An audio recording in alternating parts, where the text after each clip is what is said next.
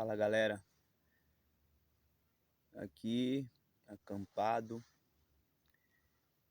após uma noite de lua cheia, dia 29 de julho, noite de lua cheia, e hoje, dia 30 de julho, estamos aqui próximos a um nascer do sol.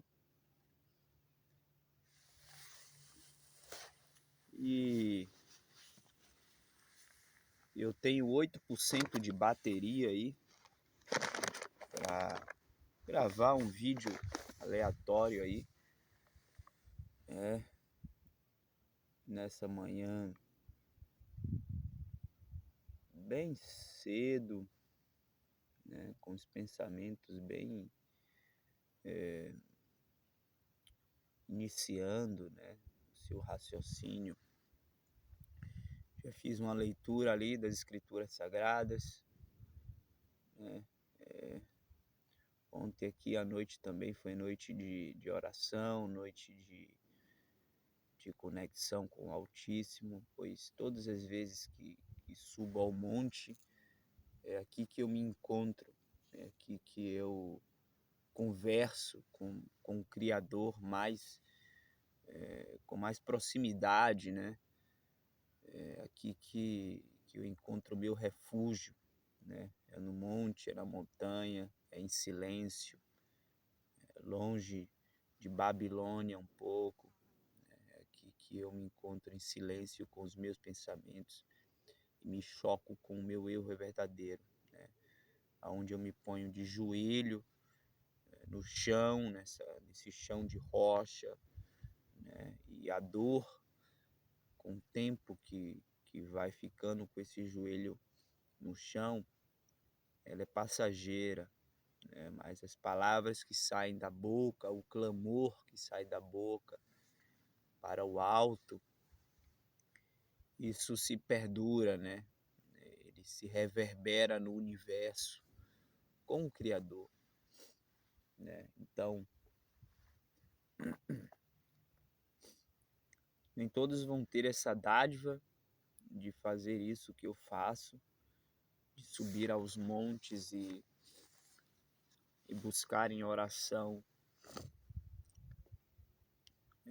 as suas inquietações, entregar as suas aflições, entregar as suas ansiedades, né? Mas você também pode fazer isso no quarto de sua casa, no canto, em um silêncio, que seja, mas que seja um lugar silencioso de preferência, onde você sofra o mínimo de influências possíveis, né, de luz elétrica e etc, né?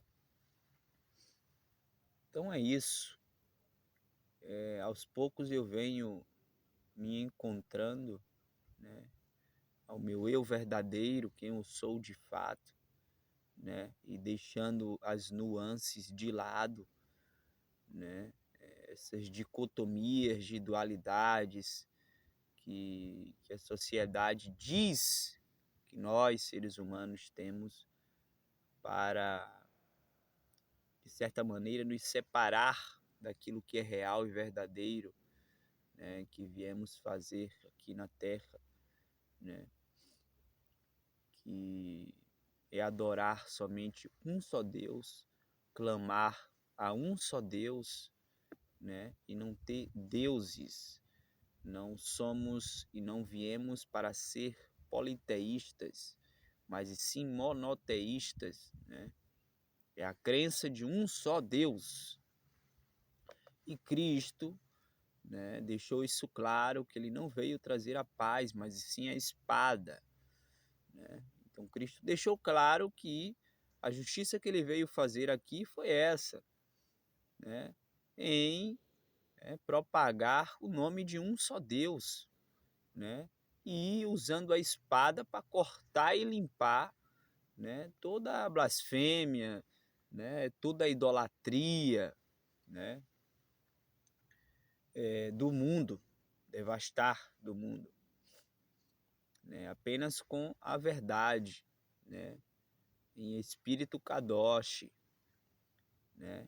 E lógico que muitos aí não vão aceitar isso nos tempos atuais de hoje, que você venha a ser verdadeiro, sincero com as pessoas, elas não vão aceitar isso porque não estão preparadas ou simplesmente negam, negligenciam, né, a palavra do Altíssimo, né, e preferem viver em um mundo de fantasias, de ilusões, um mundo de enganações, de luxúria, de blasfêmia, promiscuidade, entendeu? E pessoas que nem eu, né, pessoas sinceras, verdadeiras, espontâneas, que falam o que pensam, independente da circunstância, do local e de hora, são tidas como pessoas inconvenientes, são tidas como pessoas que não é bom ter por perto, porque uma hora ou outra vão soltar umas pérolas, vão falar coisas que machucam, entre aspas, né? Machucam não, incomodam, certo? Ou machucam mesmo, porque a dor das palavras é melhor uma dor de uma palavra que desce, né, com uma espinha na garganta do que uma palavra que desce suave, né? Assim eu creio, né? Então é melhor sempre uma palavra que desce com uma espinha na garganta do que uma palavra que desce suave, como um figo, né? Então, talvez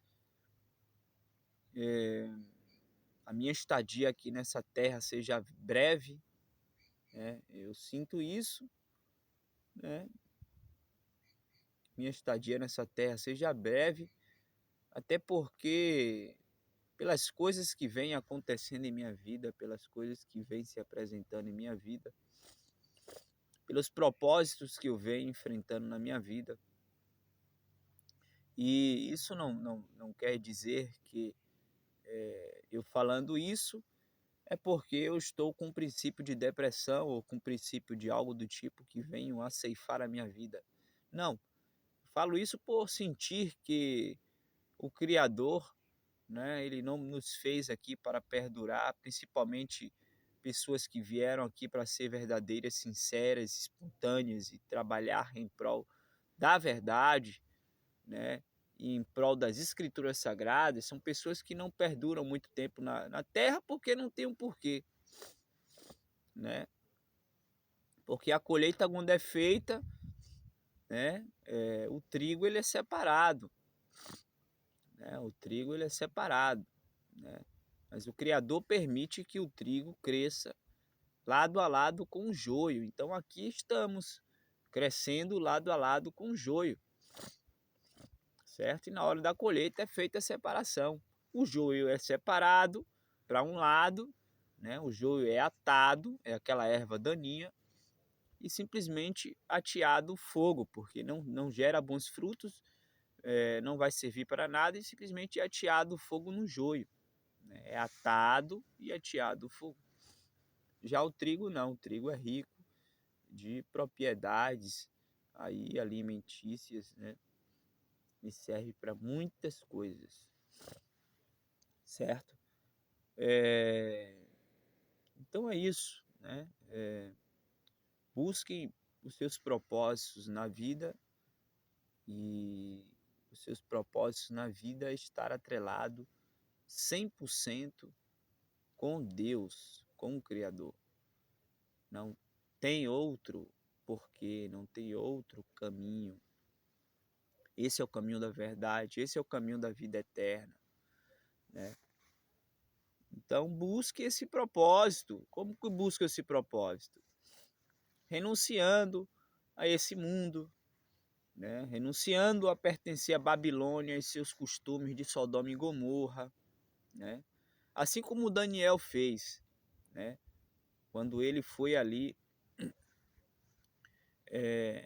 encarcerado, né? Eu vou dizer encarcerado porque ele foi obrigado, né? Ele foi chamado pelo Nabucodonosor, o rei da Babilônia, a decifrar o seu sonho.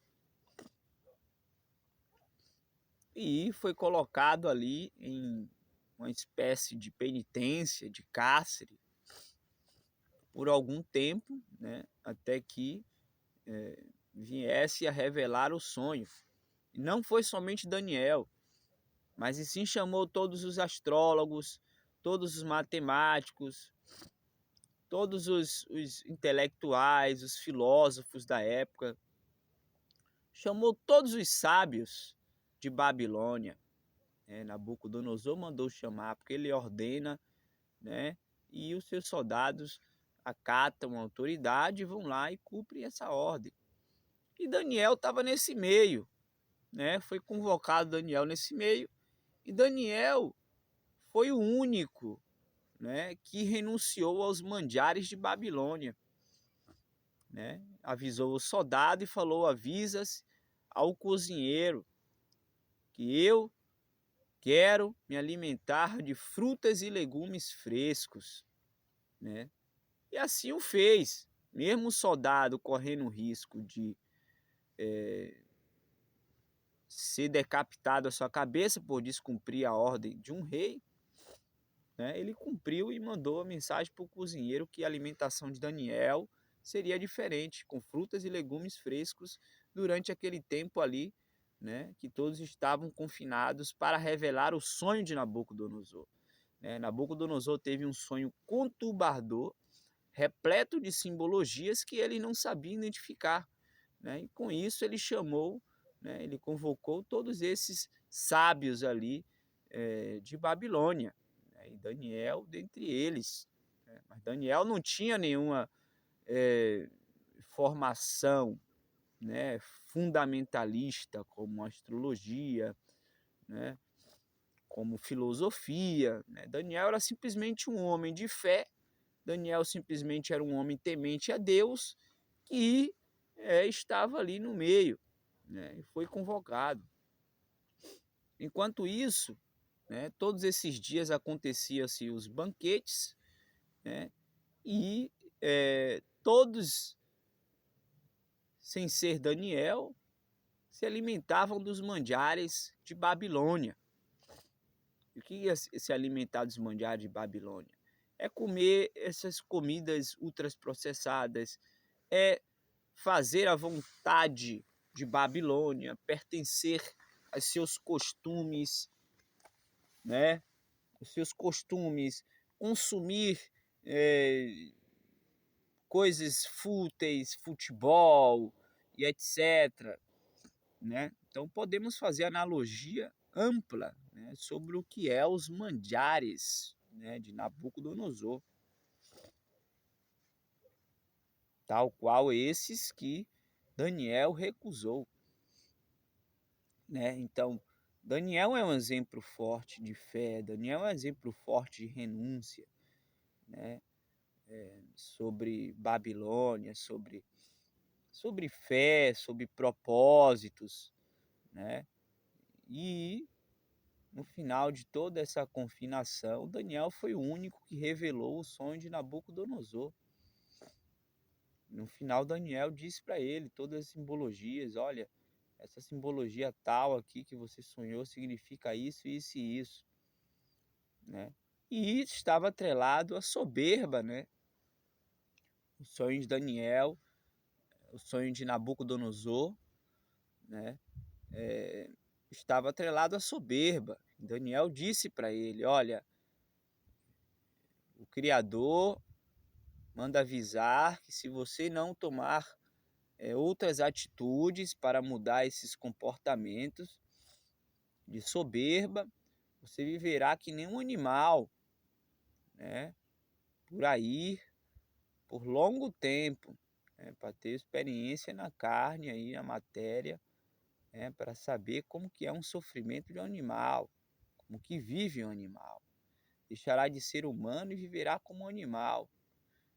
E assim aconteceu, né? Porque quando a gente recebe as mensagens do Criador, a gente é verdadeiro, espontâneo e trabalha com o Espírito Kadosh, a gente não mente, a gente evita a mentira, né, o máximo possível.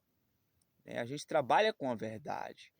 E trabalhar com a verdade, falar a verdade, é estar totalmente atrelado e alinhado com o Criador. Porque ele não é o pai da mentira. O pai da mentira é o sujo.